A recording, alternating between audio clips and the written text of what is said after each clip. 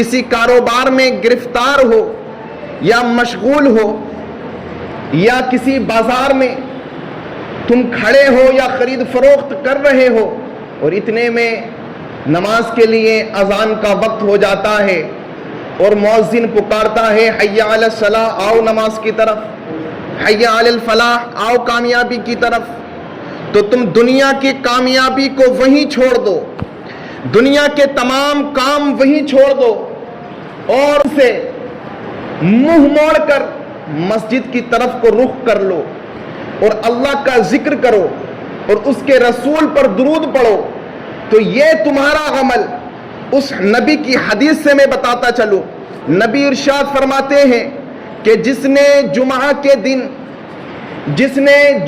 دن حسب استطاعت طہارت کی،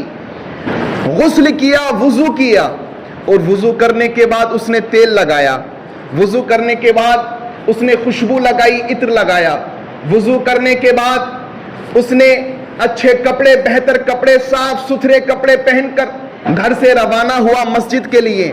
اور یہ ارادہ کر کے میں اللہ کا ذکر کروں گا، تو نبی ارشاد فرماتے ہیں اس کے قدم قدم پر نیکیاں ہیں۔ اب اور آگے چلو، وہ آیا مسجد اور مسجد میں وہ کسی کی گردنیں نہ پھلانگے، یعنی اگر جہاں پر اسے جگہ ملے وہیں پر بیٹھ جائے، ایسا نہ کرے کہ اگر پہلی صف میں جگہ ہے تو لوگوں کو ہٹا کر پہلی صف میں پہنچے، ایسا نہ کرے اگر آگے جگہ ہے تو لوگوں کو ہٹا کر آگے پہنچے، نہیں، اگر جس وقت آیا ہے، جہاں وقت ملا ہے وہیں پر بیٹھ جائے، کیونکہ نبی ارشاد فرماتے ہیں کہ جمعہ کے دن جو لوگوں کی گردنوں کو پھلانگتا ہے تو وہ جہنم کا پل بنتا ہے، اور اس کا ایک معنی یہ بھی ہے کہ جو جمعہ کے دن لوگوں کی گردنیں پھلانگتا ہے تو نبی ارشاد فرماتے ہیں کہ جس نے لوگوں کی گردنوں کو پھلانگا، جس نے لوگوں کو ہٹایا، تو نبی ارشاد فرماتے ہیں جہنم سے لوگ اس کے اوپر پل بن کر گزریں گے، یعنی لوگ جب وہ پل بنا ہوگا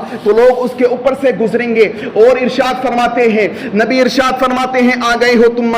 مسجد میں آنے کے بعد جو لوگ خطبہ دھیان سے سنتے ہیں، جو لوگ خطبہ کو بغور سنتے ہیں اور کنکریاں نہیں چھوتے ہیں، نبی ارشاد فرماتے ہیں دیکھیں کنکریاں چھونے کا مطلب سنیں، کنکریاں چھونے کا معنی سنیں، نبی ارشاد فرماتے ہیں خطبہ ہو رہا ہے، کوئی اپنی صف سے کھیل رہا ہے، کوئی اپنی اس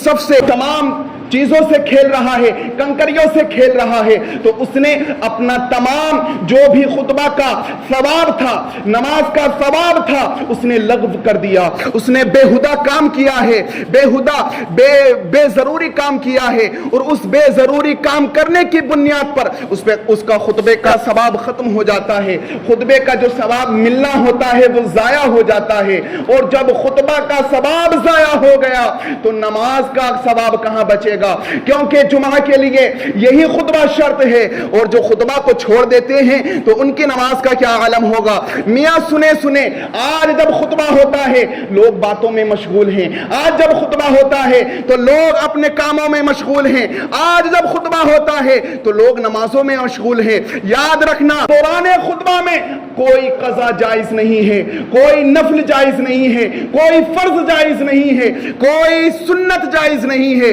یاد رکھنا اگر خطبہ پہلے کوئی امام منبر پر پہنچ گیا اور اس کے بعد تم نماز کے لیے نیت کرتے ہو تو وہ جائز نہیں ہے۔ اگر تم نے پہلے ہی نیت کر لی ہے، سنت کی نیت کر لی ہے، تو اسے پورا مکمل کر لیں، اس کو پورا مکمل کرنے کے بعد خطبہ میں شامل ہو جائے۔ اور یاد رکھنا خطبہ کو سنیں، اعلیٰ حضرت فرماتے ہیں دوران خطبہ کھانا پینا بات کرنا، یہاں تک کہ نیکی کی دعوت بھی دینا یا سبحان اللہ کہنا، اللہ اکبر کہنا، یہ بھی حرام ہے، یہ جائز نہیں ہے۔ جو لوگ یہ سوچتے ہیں کہ ادھر خطبہ ہو رہا ہے ہم بات کر لیتے ہیں، ہم تھوڑا کھلکھلا لیتے ہیں، تھوڑا ہنس لیتے ہیں، وہ اس بات کو ذرا سنیں۔ اگر خطبہ کے دوران جو اپنے کام میں مشغول رہا، یہاں تک اعلیٰ حضرت لکھتے ہیں اگر کوئی شخص مسجد میں اس عالم میں آیا، اس حالت میں آیا کہ ادھر خطبہ ہو رہا ہے اور وہ مسجد میں آ رہا ہے تو حضرت امام احمد رضا خان فاضل بریلوی فرماتے ہیں کہ وہ وہیں کھڑا ہو جائے، وہیں رک جائے، وہیں سکوت حاصل کر لے، اپنے ہاتھوں کو وہیں چھوڑ دے اور تمام کام بند کر دے، کیونکہ چلنا بھی یہ عمل ہے۔ اور دوران خطبہ میں کوئی عمل روا نہیں، کوئی عمل جائز نہیں۔ اگر تم ادھر خطبہ ہو رہا ہے، کوئی کام کر رہے ہیں، قسم خدا کی وہ کام شریعت میں جائز نہیں ہے۔ وہ کام کتنا بھی پابندی کا ہو یا کتنا بھی شریعت کا ہو، وہ جائز نہیں ہے، وہ حرام کام میں شمار ہوتا ہے۔ اور جو دوران خطبہ میں بات کرے اس کا عالم کیا ہوگا، جو دوران خطبہ میں جو ہنسے اس کا عالم کیا ہوگا۔ یاد رکھنا اس بات کو، اپنے بھائی کے جملوں کو، اور اس پر غور ضرور کرنا۔ کیا ہم نے خطبہ کے وقت میں کبھی بات کی ہے؟ کیا ہم نے کبھی خطبہ کے وقت میں ایسا کام کیا ہے جس کی بنیاد پر ہمارے خطبہ کا جو ثواب ہے وہ ضائع ہو گیا؟ اور جب اگر خطبہ کا ثواب ضائع ہو جائے گا تو ہماری نمازوں کا عالم کیا ہوگا، ہمارے تمام نمازوں کا عالم کیا ہوگا؟ سنیں حضرت ابو ہریرہ سے روایت ہے، حضرت ابو ہریرہ رضی اللہ تعالی عنہ فرماتے ہیں کہ جمعہ کے دن ایک لمحہ ایسا ہے، ایک استطاعت ایسی ہے، ایک گھڑی ایسی ہے کہ اگر کوئی بھی دعا کرو، کوئی بھی رب تعالی سے سوال کرو تو قسم خدا کی وہ دعا قبول ہوتی ہے، وہ کبھی رد نہیں ہوتی ہے۔ ایک گھڑی ایسی ہے۔ اب وہ سنیں وہ گھڑی کون سی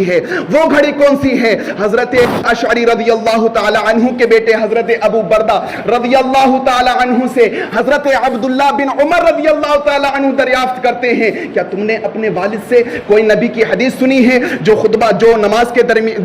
کے متعلق ہو؟ کیا ایسی حدیث سنی ہے جو نماز سے ریلیٹڈ ہو؟ تو حضرت ابو بردہ رضی اللہ تعالی عنہ فرماتے ہیں اور بتاتے ہیں، ہاں میں نے ایک حدیث سنی ہے، نبی سے سنی ہے۔ وہ حدیث کیا ہے؟ سنیں اور حضرت عبداللہ بن عمر کو بتا رہے ہیں، وہ حضرت عبداللہ بن عمر جنہوں نے اس قرآن کو تصنیف فرمایا ہے اور قرآن کی تفسیر بھی لکھی ہے، ان سے بتا رہے ہیں نبی اکرم صلی اللہ علیہ وسلم نے جمعہ کے دن ایک ایسی گھڑی ہے کہ جس میں کوئی دعا رد نہیں ہوتی ہے، اور فرماتے ہیں وہ گھڑی یہ ہے کہ جب خطیب منبر پر پہنچ جائے، خطبہ کے لیے پہنچ جائے، اس گھڑی سے لے کر نماز کے آخر تک وہ لمحہ ایسا ہے کہ اگر کوئی بھی دعا کرو، کوئی بھی اللہ سے سوال کرو، وہ رد نہیں ہوگا۔ اللہ اکبر۔ اس بات سے یہ ثابت ہو جاتی ہے اگر جو لوگ اس میں مشغول رہتے ہیں، دعا میں مشغول رہتے ہیں، یاد رکھنا اگر جو دوران خطبہ میں بیچ میں بیٹھتے ہیں، جو دوران خطبہ میں پہلا اور دوسرا خطبہ کے درمیان خطیب بیچ میں بیٹھتا ہے، امام بیچ میں بیٹھتا ہے، تو اس دوران تمہیں دعا کرنی ہے، اور دعا ایسی کرنی ہے جو دل میں کرنی ہے، ہاتھ نہیں اٹھانے ہیں بلکہ دل میں دعا کرنی ہے۔ وہ دعا ایسی ہوگی کہ قسم خدا کی وہ دعا رد نہیں ہوگی، وہ دعا قابل قبول ہوگی۔ اور اللہ کی قسم اگر تم صحیح طریقے سے نماز ادا کرتے ہو تو نبی یہ بھی ارشاد فرماتے ہیں جو ظہر کی نماز پڑھے اور عصر کی فکر کرے، عصر کی نماز پڑھے، مغرب کی فکر کرے، مغرب کی نماز پڑھے، عشاء کی فکر کرے، تو اگر وہ مسلسل جمعہ سے لے کر جمعہ تک اسی طریقے سے نماز پڑھتا ہے تو جمعہ سے لے کر جمعہ تک جو بھی اس درمیان میں گناہ واقع ہوئے ہیں اللہ تبارک و تعالی اس کو معاف فرما دیتا ہے۔ اور یہی جو نماز ہے کہ گناہ کو بخشنے کے لیے یہی ذریعہ بن جاتی ہے۔ اس لیے نماز کی اپنی پابندیاں کریں اور اپنی نماز پر تھوڑا خاص خیال رکھیں، اور اس طریقے سے دیکھیں کہ ہم جو نماز پڑھ رہے ہیں کیا وہ قابل قبول ہیں، کیونکہ چھوٹی سی ایک بنیاد کی وجہ سے، ایک مسئلے کی وجہ سے ہماری پوری نماز خراب ہو سکتی ہے۔ ہماری ایک مسئلے کی وجہ سے، مسائل تو بہت دور کی بات ہے، بہت سے مسئلے تو بہت دور کی بات ہے، صرف ایک عمل کی وجہ سے، ایک عمل کثیر کی وجہ سے ہماری نماز خراب ہو سکتی ہے۔ اور لوگ یہ گمان کرتے ہیں ہم تو بڑے نمازی ہیں، ہم تو بڑے پرہیزگار ہیں، ہم تو بڑے اللہ تبارک و تعالی کے بڑے قریب ہیں، ہم نے تو قرب الہی حاصل کر لیا ہے۔ اگر وہ عمل کثیر میں شمار ہے اور نمازیں پڑھتا ہے، قسم خدا کی اس کی نمازیں قابل قبول نہیں ہوں گی۔ اس لیے مسلمانوں اگر تم نماز پڑھ رہے ہو تو اپنی نمازوں پر توجہ دیں، اپنی نمازوں پر غور و فکر کریں۔ اور میں اعلان کرنا چاہتا ہوں کہ آپ عشاء میں بھی تشریف لے کر آیا کریں، آپ کو اس میں مسائل بتاتے ہیں، آپ کو اس میں تمام دینی مسائل، نماز کے ریلیٹڈ، نماز سے متعلق اور تمام ایسے مسائل جو دین سے اور آپ کے ایمان سے ریلیٹڈ ہیں وہ بتاتے ہیں، آپ اس میں حاضر رہیں اور نماز پڑھیں اور اس میں درس میں حاضر رہیں۔ اللہ تبارک و تعالی اس میں حاضر ہونے کی برکت سے اور نماز پڑھنے کی برکت سے اللہ تبارک و تعالیٰ آپ کے تمام گناہوں کو معاف فرمائے گا انشاءاللہ تعالیٰ، کیونکہ نوافل میں مشغول ہونے سے بہتر ہے کہ دینی ایک مسائل سیکھ لے، دینی ایک مسئلہ سیکھ لے۔ اگر تم نفل پڑھ رہے ہو اور دین کا مسئلہ یاد نہیں ہے، تم کو معلوم نہیں ہے نماز کس طریقے سے پڑھتے ہیں، بڑے عابد ہو لیکن عالم نہیں ہو، تو اس نماز سے کوئی فائدہ حاصل نہیں ہوگا، اس نماز سے کوئی رزلٹ حاصل نہیں ہوگا۔ ہاں میں مانتا ہوں قرآن پاک میں ان الصلاۃ تنہی عن الفحشاء والمنکر ہے، بے شک نمازوں سے رزلٹ نکل کر آتا ہے، بے حیائی اور بری باتوں سے نماز روک لیتی ہے، لیکن روکتی اسے ہے جو حرام کام سے بچا رہے، حرام کام میں ملوث نہ رہے اور نماز پڑھے، نماز کے مسائل کو جانے اور نماز پڑھے تا وہی اس نماز سے برائی سے رکے گا، بے حیائی سے رکے گا۔ اگر تم حرام کام میں ہو، نماز بھی روز پڑھ رہے ہو تو کیسے رک جاؤ گے؟ بے حیائی سے کیسے رک جاؤ گے؟ بری باتوں سے کیسے رک جاؤ گے؟ اس لیے میرے بھائی حرام کام کو بھی چھوڑیں، اپنے برے عمل کو بھی چھوڑیں اور نماز کو پڑھیں انشاءاللہ تعالی۔ اللہ تبارک و تعالی آپ کو جزائے